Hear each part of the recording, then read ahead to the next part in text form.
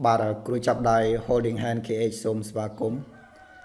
បាទបន្ទាប់ពីបានរៀនសូរស្រានិស័យនៅពេលដែលផ្សំជាមួយព្យញ្ជនៈពូអនិងផ្សំជាមួយនឹងព្យញ្ជនៈពូអូរួចមេរៀននេះយើងរៀនអំពីអក្សរកូ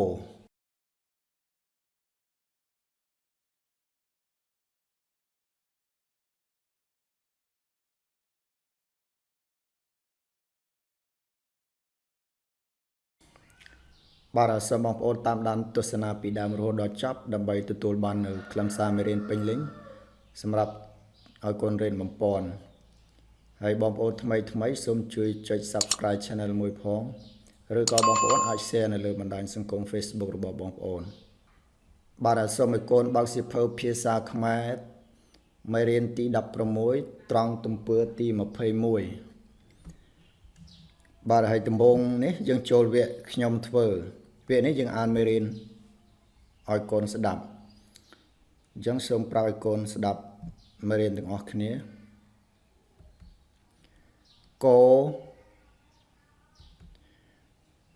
កអេគីកអេគិកអេគីកអឺកកអឺគឺកអ៊ុគុកអ៊ូគូកអ៊ូគូកអឺកើកអឺគឺកអេគីកអេកេកអេកេកអេកេកអូកូកអ៊ូកូកអ៊ុំគុំកអ៊ុំគុំកអឹមគឹមកអេះគះកអ៊ុគុះកអ៊ីគិកអ៊ោះគោះយើងអានពាក្យមួយព្យាង្គគេកោគុំ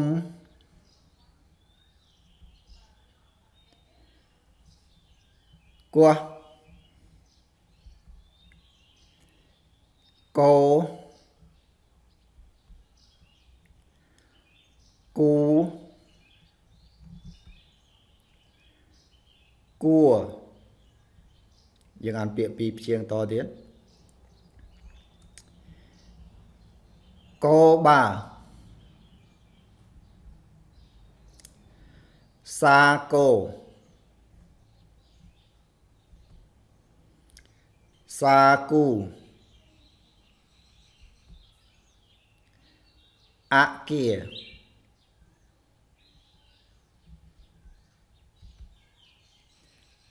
កោគីបាទយើងអានល្បះចៅគាគូកោ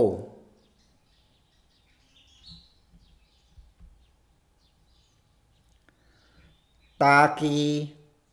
បេះគោ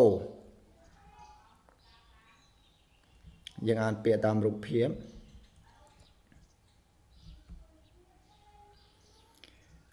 កោបា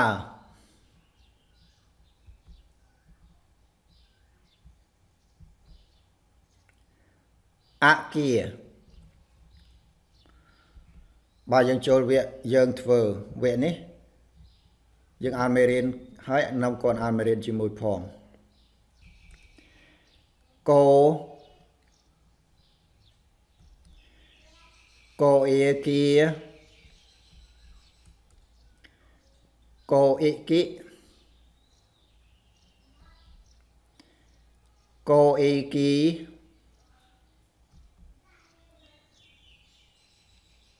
cô cỡ cô cứ cô cụ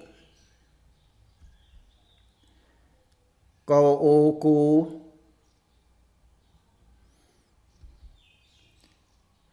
cô cua cô cơ cô cưa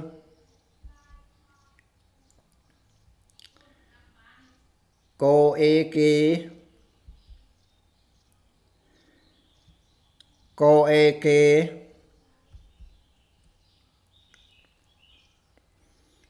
cô kê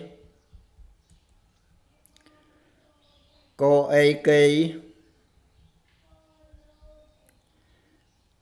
cô âu câu cô cung cô cung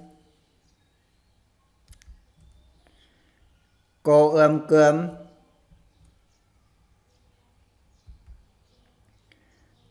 cô kia cô cu cô kí cô của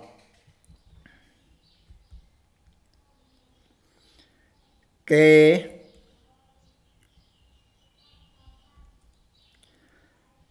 kê cô cung của cô cú cua cô bà sa cô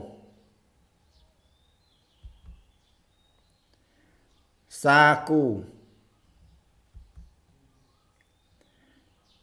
kia cô kỳ chào kia cu cô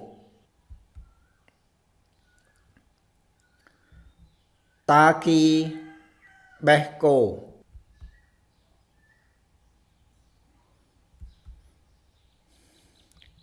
bà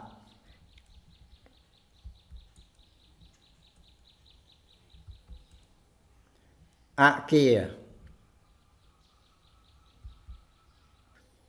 bà đã cho viện nệ thơ viện nít xôm tội con an mê riêng được luôn anh xôm prai con trím ta ở con chạp đám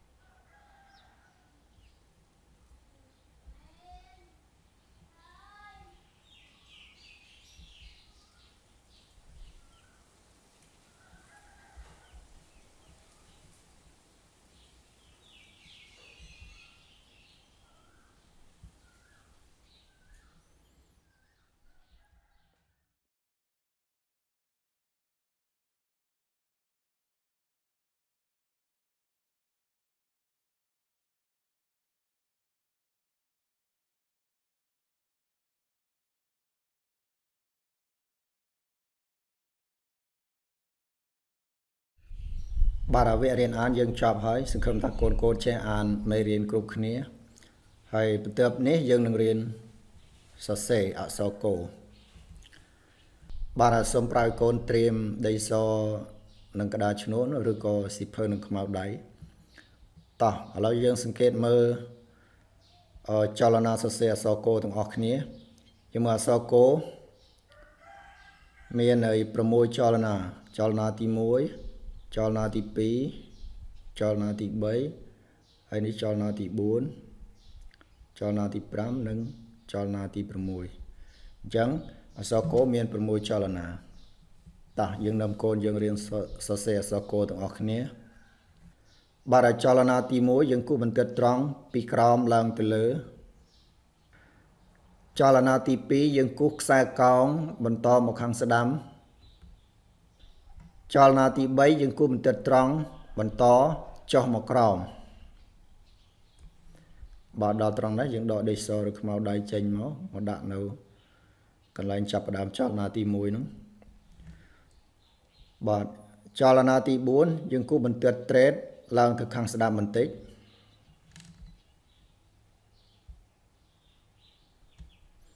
បាទដល់ត្រង់នេះយើងដកដីសឬខ្មៅដៃចេញមកដាក់នៅខាងឆ្វេងតួអក្សរនេះត្រង់នេះមកចលនាទី5យើងគូសបន្ទាត់ត្រេតឡើងខាងឆ្វេងបន្តិចរួចកាច់ត្រេតឡើងខាងស្ដាំរួចកាច់ត្រេតចុះខាងស្ដាំ